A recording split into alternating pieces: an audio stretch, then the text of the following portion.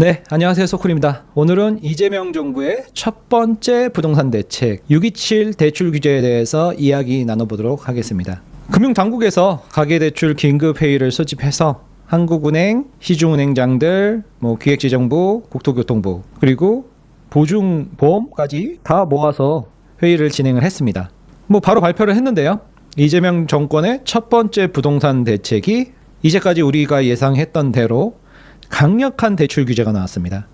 6월 27일 금요일 오전에 발표됐는데요.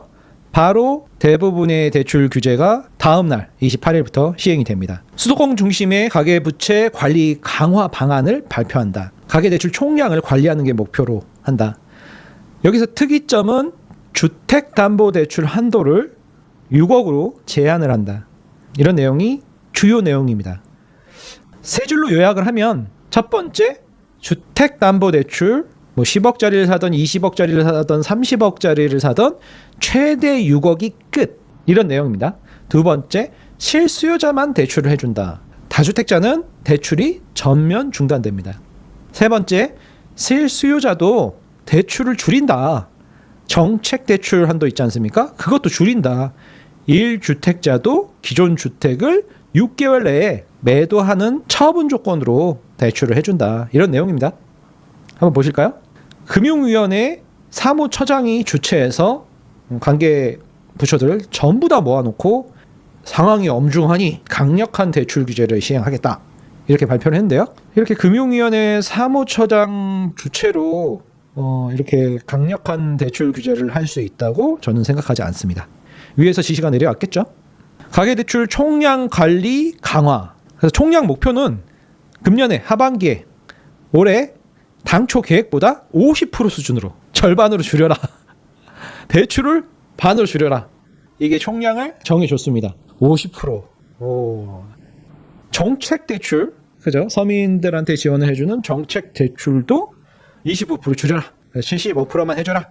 예를 들면 1,000억이었으면 750억만 해줘라. 이렇게 감축을 한다고 합니다. 야, 상당히 많은데요? 이렇게 많이 감축을 하면 시중에 유동성이 덜 풀리겠죠? 어쨌든 당초 계획 대비 50% 감축. 와, 정책 대출은 25% 감축. 그러니까 75%. 초강력은 한 방 더 남아 있습니다. 수도권 주담대는 서울, 인천, 경기권이겠죠? 수도권 주담대는 최대 6억 원 한도. 와, 이거는 바로 발표 다음 날 시행. 이거는 역대급입니다. 저도 한 번도 본 적 없는 강력한 규제. 예상은 했지만 대출 규제가 예상보다 조금 더 강력하게 나왔습니다. 첫 번째 규제가 이 정도면 여러분들 앞으로 나올 규제들은 아마 상상 초월일 겁니다. 네, 첫 번째부터 아주 센 게 한 방이 나왔습니다. 이렇게 센 대출 규제가 있었어요. 2019년도 6년 전이죠. 문재인 정권 때 15억 초과되는 고가 주택, 초고가 아파트는 주담대를 금지했었던 규제가 있었단 말이죠. 하지만 이렇게 6억으로 한도를 걸어놓고 모든 아파트들을 서울, 경기, 인천을 싹 다 이렇게 해버리는 거는 이거는 너무 강력한 규제인데요. 그 당시에 초고가 아파트 15억 이상 대출 금지는 투기지역과 투기과열지구만 했단 말이죠. 그런데 지금 서울, 경기, 인천이면 투기지역, 투기과열지구를 서울, 경기, 인천으로 전 지역을 확대한 거예요. 글쎄요, 지금 강남 3구하고 한강벨트, 마용성, 그리고 과천, 분당 정도만 많이 오르고 강북 쪽이나 경기도 쪽은 아직 거래가 잘 안 되는 곳도 많아요. 하지만 서울, 경기, 인천을 전면을 다 6억의 한도를 걸었다. 이렇게 시장을 완전히 돈줄을 쥐어서 압박을 하겠다. 이런 느낌이 강하게 드네요. 은행권 자율 조치를 전 금융권을 확대 시행하겠다. 그래서 5가지를 발표했는데요. 핵심은 이겁니다. 실거주 목적이 아닌 추가 주택 구입, 전세를 끼고 사거나 이런 것들을 최대한 억누르겠다. 2주택이나 3주택 이런 것들은 전면을 다 금지겠다. 규제 지역, 비규제 지역 전부 다 LTV를 제로로. 대출이 제로입니다. 대출이 전혀 안 돼요.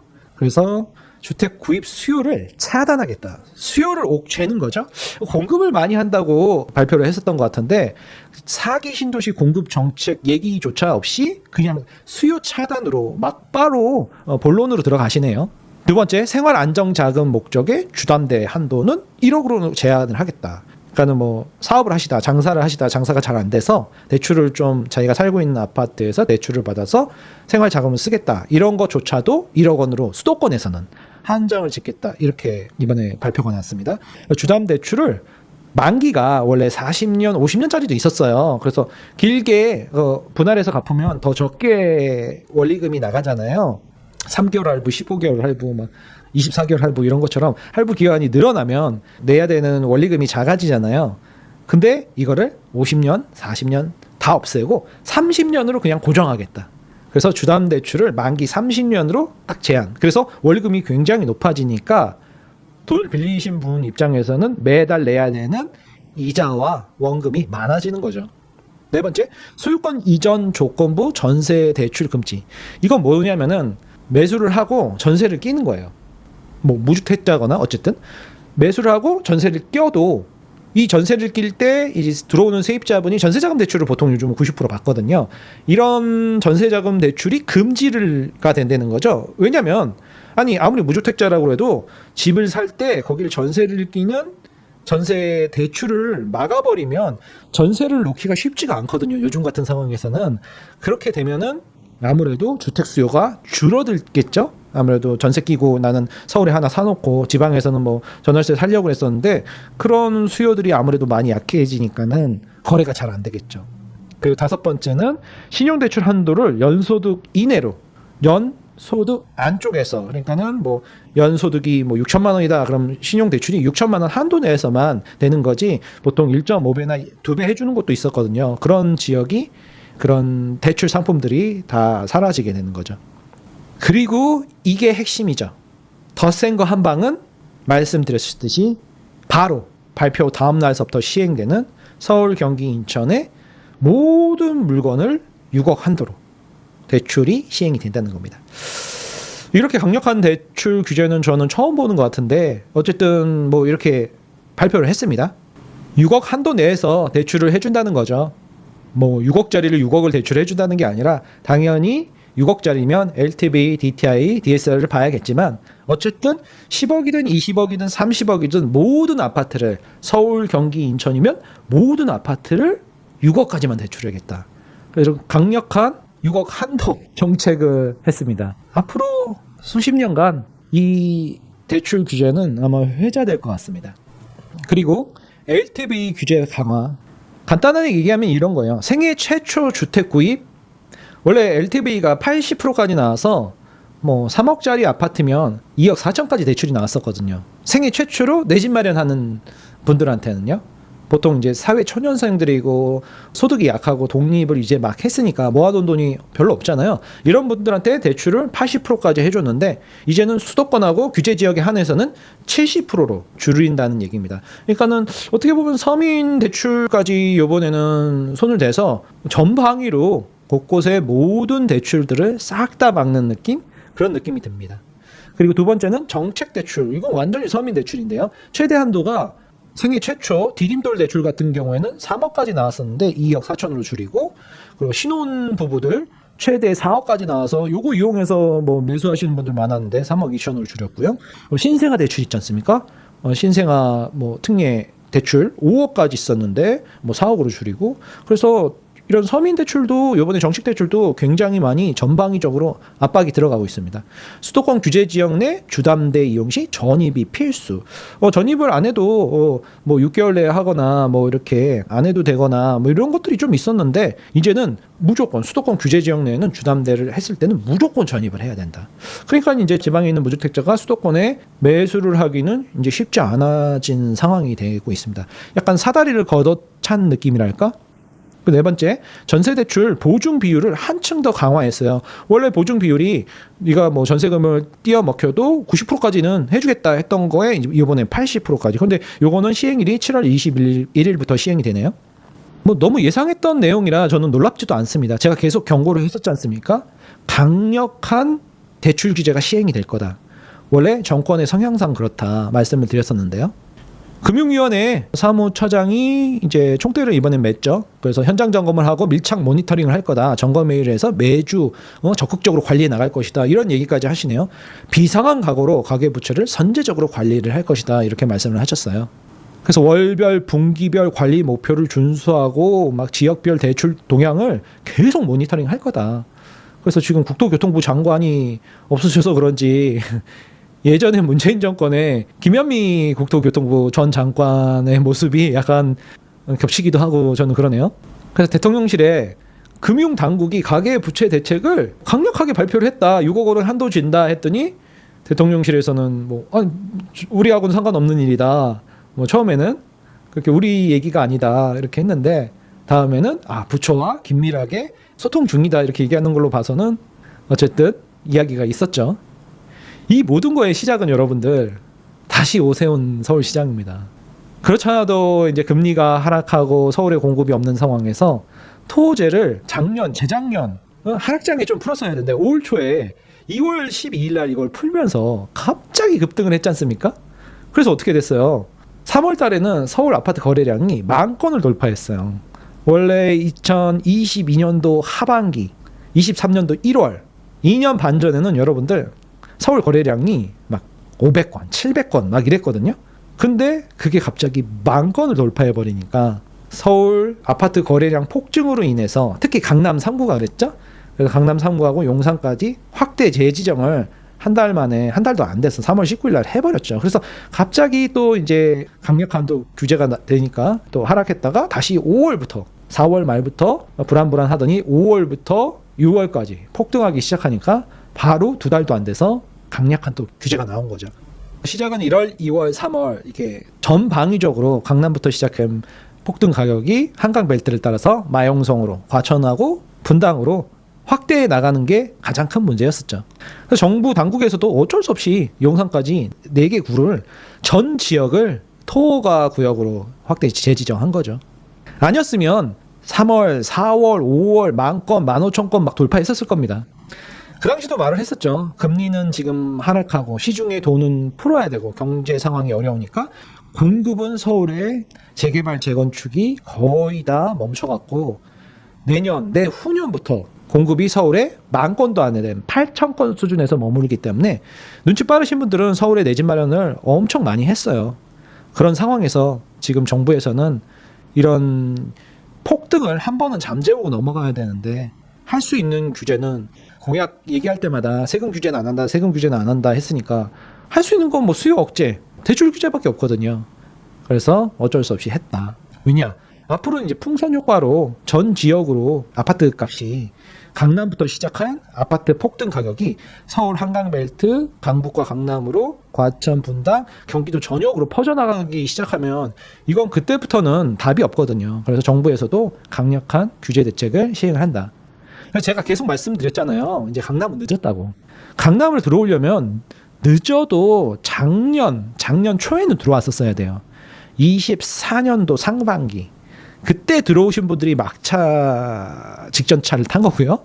작년 말에 들어오신 분들이 진짜 막차. 올 초에 들어온 분들이 진짜 마지막에 버스 이렇게 매달려 가듯이 이렇게 타신 거고 지금은 늦었다고 제가 계속 얘기했잖아요. 네, 몇 달 전서부터. 그래도 무슨 소리냐. 똘똘한 놈 한 채다. 이렇게 얘기하시는데 여러분들 전 이 게임을 해봤어요. 얼음! 막 계속 얘기했잖아요. 움직이지 말라고. 지금은 비강남권이 시대라고. 옛날을 보세요. 전 해봤다니까요. 2018년도 뉴스 한번 볼게요. 동작구, 강서구, 관악구가 이렇게 날아가잖아요. 계속 제가 얘기하는 겁니다. 이게 영원한 건 없어요, 여러분. 화문은 11홍이라고 해서 너무 옛날 말인가? 서초구하고 강남구가 밑에 있고 동작구, 강서구, 관악구가 저 위에 있잖아요.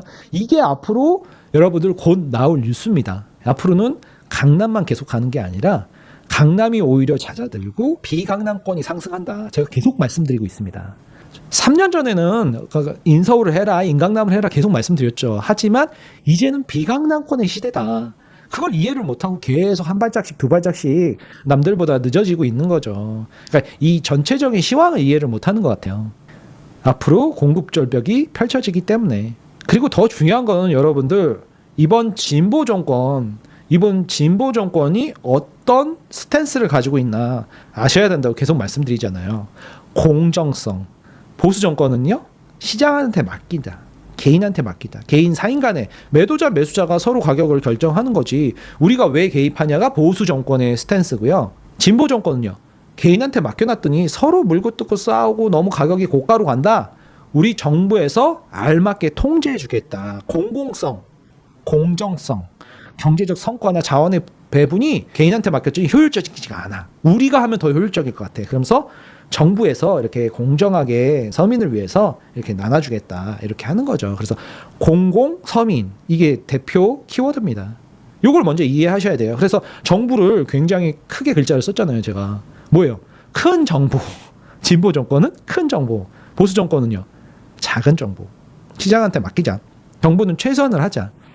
그리고 은행은 뭐예요? 원래 은행이 뭐 공공기관은 아니잖아요. 하지만 은행이 공공의 역할을 수행한다. 그래서 관치금융이라고 많이 표현을 해요. 근데 은행권에서, 금융당국에서 은행을 통제하면서 금리나 이렇게 대출 규제 같은 걸 조절을 한다. 계속 말씀드렸잖아요. 그래서 그대로 시행이 되지 않습니까? 그래서 진보 정권은 정부의 적극적인 개입, 파일을 공정하게 분배하겠다. 그런 얘기고요. 첫 번째로 은행을 통제하고요. 그 다음에 건설사, 그 다음에 개인도 통제하고. 뭐 이번에 대출 규제하면서 은행하고 개인을 통제하는 거죠. 그래서 정부에서 이렇게 규제를 하겠다. 이런 거죠. 아마 앞으로 5년 동안 계속 이런 스탠스를 유지할 겁니다. 첫 번째 규제 대책이 조금 세게 나왔긴 했는데 금융당국에서 시행을 했기 때문에 우리 아직 국토교통부 장관도 없지 않습니까?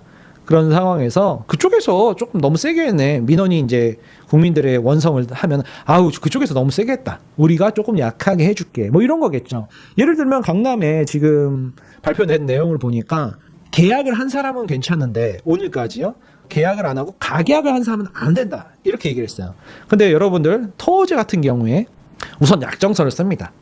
가계약이죠. 뭐 예를 들면 10억 원짜리 아파트다. 그럼 원래 계약금은 1억 원을 넣어야 되는데 1억 원을 넣는 게 아니라 보통 2천 정도 넣어요. 2천만 원을 넣고 약정서라고 써요. 가계약서죠. 약정서를 써서 이게 뭐 예를 들면 서초구청에 통과되면 그러면 본계약을 하겠다. 그러니까 가계약서잖아요.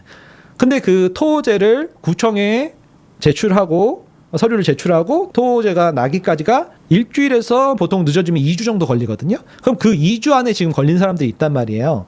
가계약한 거잖아요. 가계약은 안 된다면서요. 그럼 어떻게 할까요? 그럼 민원이 또 빗발치면 이제 정부에서 몇 주 뒤에 이런 발표를 하겠죠.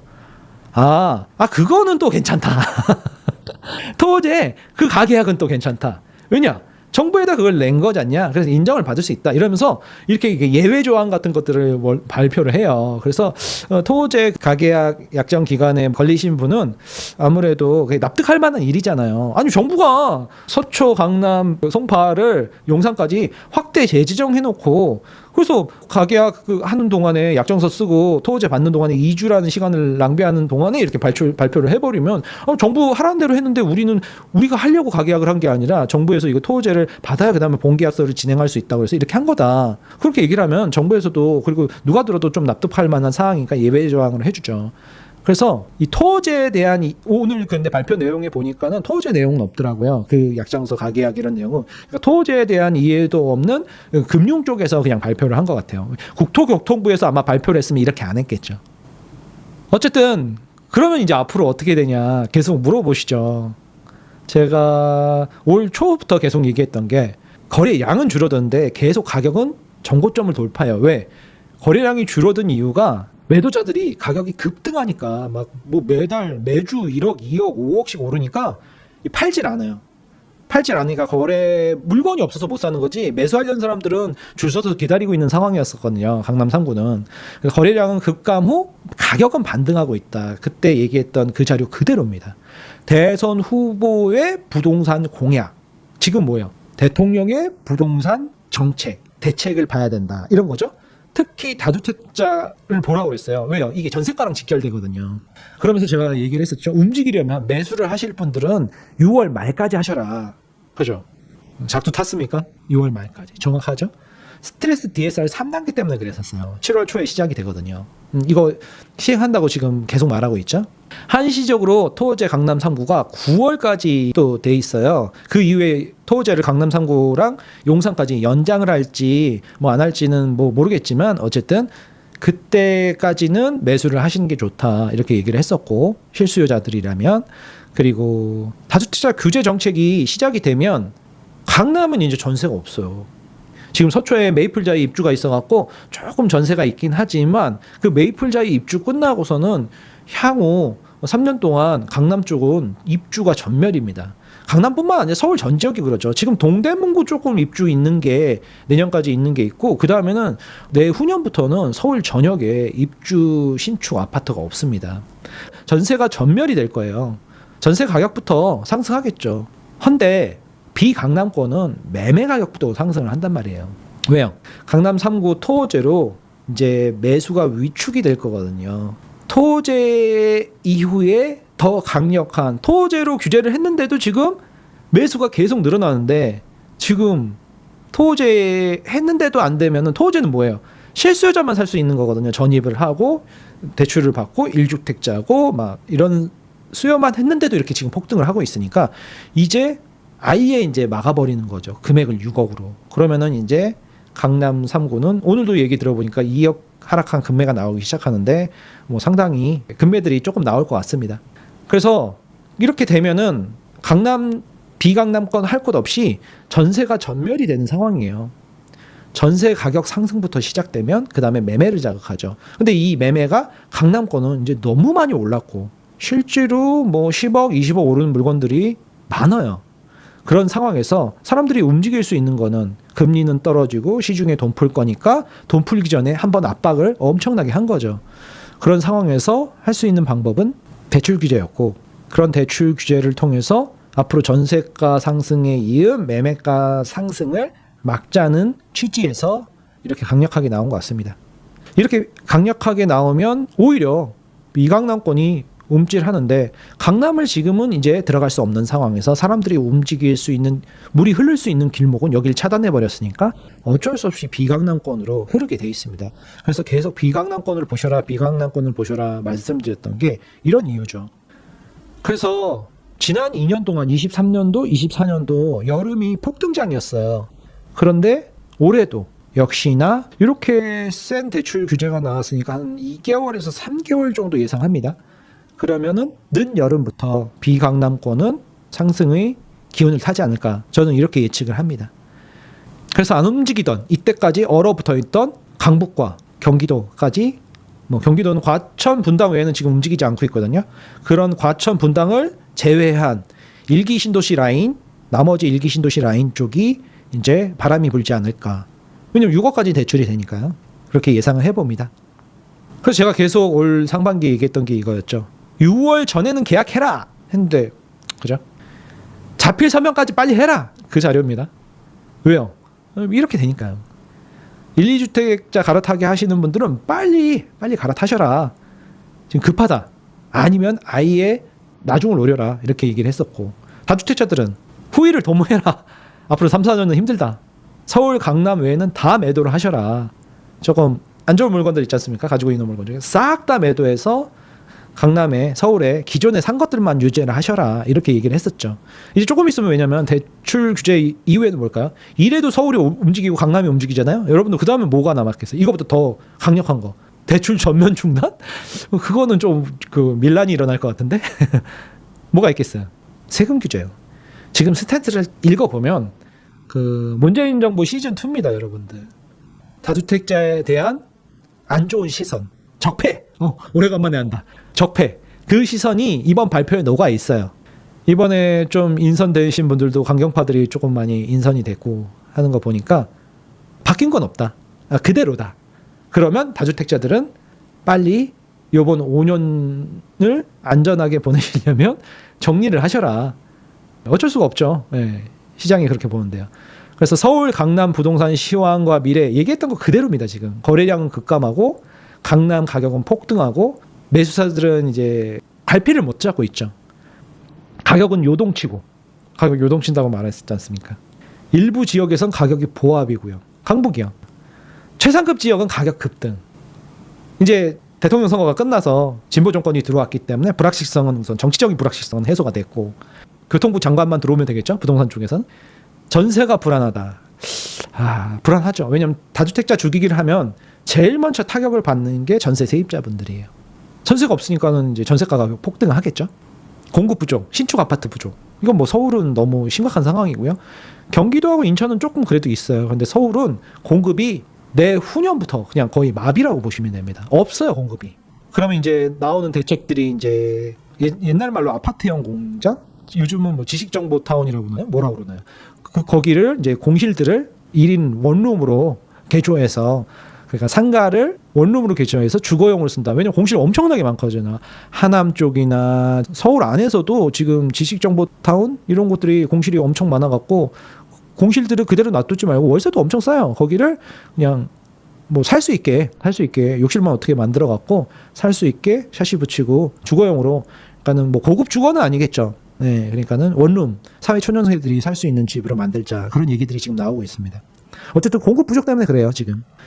그래서 이재명 정권의 첫 번째 부동산 규제는 627 대출 규제로 시작했다. 예측했던 대로 한간에는 약하게 나올 거다 그랬는데 저는 계속 말씀드렸습니다. 강력한 대출 규제가 나올 거라고. 나왔죠 여러분들? 어쩔 수가 없어요. 지금 뭐 건들 수 있는 게 아무것도 없잖아요. 네, 여러분들은 세 줄 요약만 알고 계시면 되겠습니다. 주택담보대출은 앞으로 6억이 한도다. 뭐 10억이든 20억이든 30억이든 상관없다. 그냥 무조건 6억에 한도를 걸어놓는다. 두 번째, 실수요만 대출을 해준다. 이제 전세 끼고 사지 말아라. 이런 내용이에요. 예. 다주택자들은 주택담보대출 금지. 세 번째, 정책대출조차 규제다. 그러니까 실수요자들조차도 너무 비싼 거 사지 말아라. 대출 비율을 줄여라. 뭐 좋은 취지로 생활비에서 이자 너무 많이 나가면 힘들지 않냐? 그러니까 너무 이자 많이 나가게 하지 말고 그냥 좀 적당히 살아라. 네, 그런 얘기죠. 이재명 정권의 첫 번째 부동산 대책 627 대출 규제. 앞으로 한 10년, 20년 한동안 많이 회자될 내용입니다. 저는 이 내용이 조금 첫 번째 규제 대책치고는 너무 강경한 입장이어서 앞으로 이 대책보다도 앞으로 나올 대책들이 조금 실수요자들, 서민들 내 집 마련하는데 좀 사다리 차기가 아닐까 그런 좀 안타까운 마음도 들고 하여간 정부에서 이렇게 강력한 모습을 보이기 때문에 한동안은 최소 한 달에서 두 달 정도는 위축된 모습을 보이고 그 다음에 좀 이제 사람들이 스탠스를 찾아갈 거다 이렇게 생각합니다. 결론은 돈이 없으면 이제 상급지문은 닫혔다. 그래서 대출 없이 자기 돈으로 모아서 내 집 마련을 해라. 은행 돈 많이 빌려와서 내 집 마련을 해서 이렇게 큰 차익 먹지 말아라. 이런 얘기일 수도 있을 것 같습니다. 네. 이번이 이재명 정권의 첫 번째 부동산 대책이었는데요. 앞으로도 대책은 계속 나오겠죠. 문재인 정권처럼 뭐 매달 두 달에 한 번 막 이렇게 5년 동안 뭐 28번 이렇게 좀 많이 나올 수도 있고요. 그럴 때마다 이렇게 내 집 마련 하시려는 분들은 어떤 스탠스를 취해야 되는지 이야기해 보도록 하겠습니다. 오늘은 여기까지 하겠습니다.